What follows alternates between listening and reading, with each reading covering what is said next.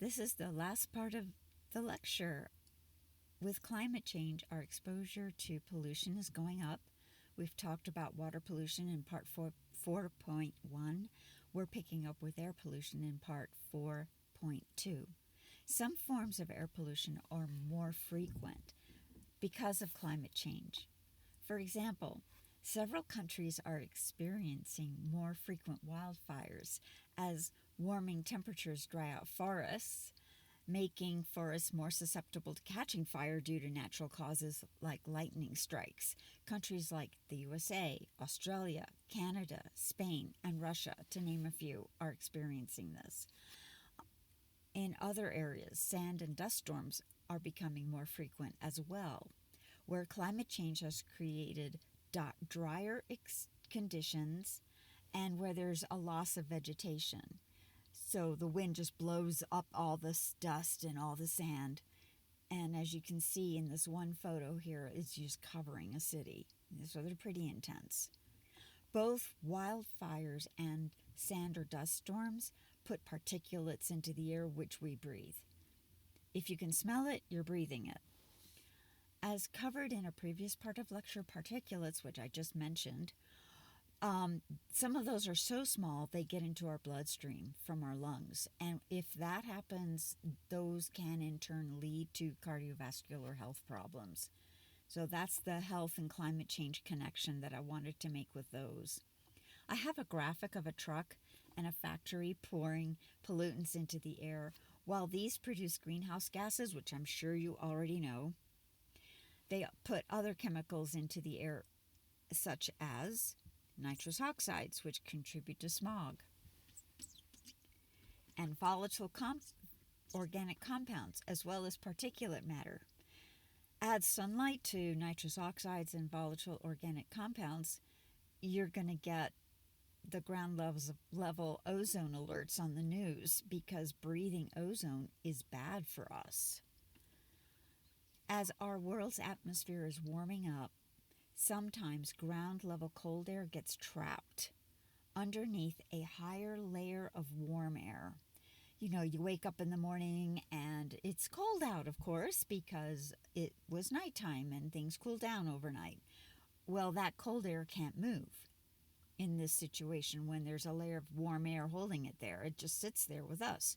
Well, we carry out our daily lives. There's car exhaust. We're pumping into that air as we drive around. We're heating buildings, industries, smokestacks are going. The point being, we pump pollutants into that trapped air. And those pollutants can't move either. They build in concentration as we continue to live out our daily lives and as we continue to pump those pollutants into that air. And we're breathing that. This lowers air quality to a terrible degree, and it can be life-threatening for anyone with severe respiratory conditions or cardiovascular conditions, especially if those inversions last for a week straight in that one location. It just sits there, or longer. What I'm describing is an inversion, as you see pictured here, and you can just see the pollution in that air that's trapped close to the city. It looks black. Remember when we were in lockdown? Just a little side note, I want you to see what Los Angeles skyline looked like when everybody had to stay home. This is what it looked like. Isn't that amazing? Pretty cool. And that's just from people not driving. Pretty amazing. Clean energy sources like wind and solar don't put much in the way of air pollution into the air, which improves our respiratory health. I wish we could have solar panels over every single parking lot in the country, because yes, that would help us reduce greenhouse gases, which is big. That is big. But also it would provide shade for our cars. So in the summertime, if there's a heat wave, we'll be able to climb into a car that's cooler. It would just be so much better for our health on so many levels. Here's the trigger warning I promised. The next part of lecture could cause emotional distress. If you or someone you know is struggling right now with really hard, please consider calling or texting 988. You matter. You matter. back to lecture. There is one health concern that spans all four patterns we've talked about. With climate change's extreme weather events, we're experiencing loss, we're experiencing nightmarish traumas, we're experiencing profound loss. This can put us at risk for anxiety, depression, post-traumatic stress disorder, and complex grief. We may feel irritable. We may, after a flood that takes away our home, we may want to avoid people, or we may respond by having severe separation anxiety. Or if we experience civil conflicts as people fight over natural resources they have or don't have, we might start feeling these mental health struggles.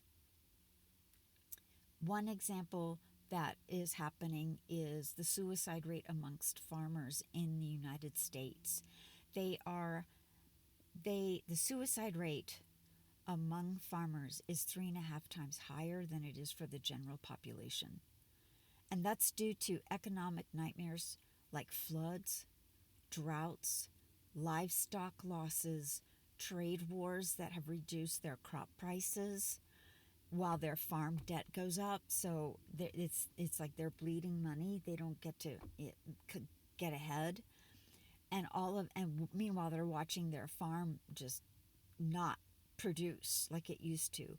And it's creating a perfect storm of hopelessness. It's not just here in the United States either.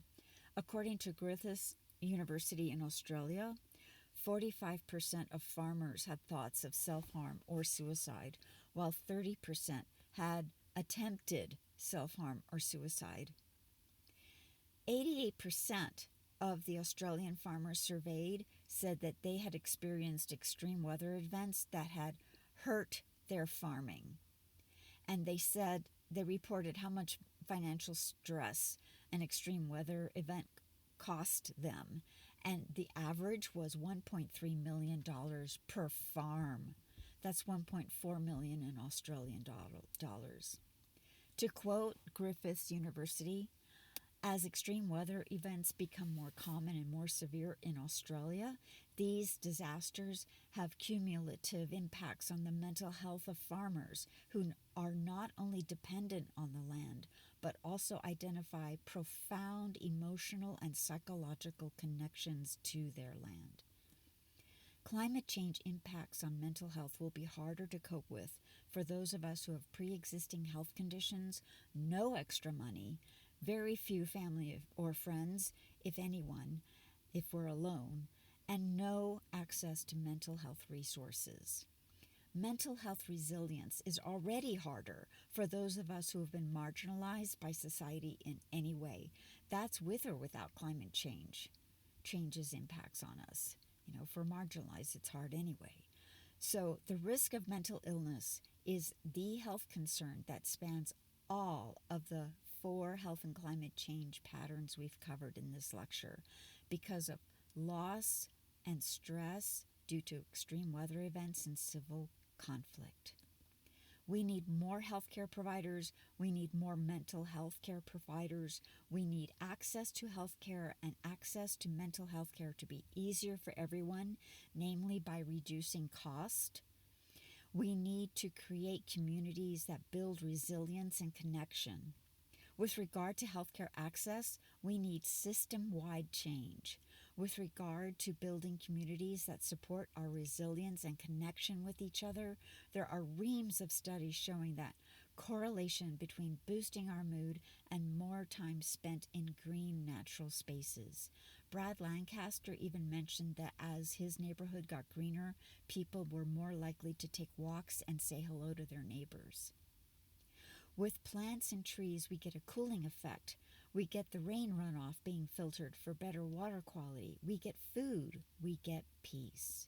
So to recap this whole lecture, some of us are at more risk for climate change-induced health concerns than others, and we need to give the most help to those who need it the most. The 4 patterns that I've observed, looking over the enormous amount of data and evidence that's out there on this topic, is that familiar seasonal health concerns are arriving sooner and or leaving later, or they're happening more often, or they're more intense than they used to be.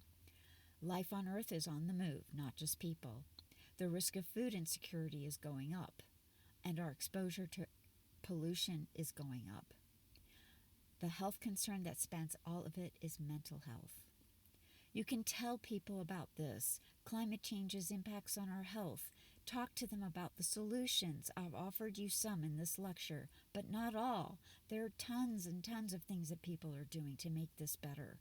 What you and others are doing right now to save lives, directly or indirectly, matters. Let people know what they can do too. Try to avoid graphs and data. Keep it practical. Keep it real. This is what we're talking about. I hope you found this lecture broken up in shorter videos helpful, making this enormous number of topics we covered easier to process. And I hope the 4 patterns I've observed and have been describing to you help you process all that information that's out there more easily. You all take care. Thanks so much for watching this video.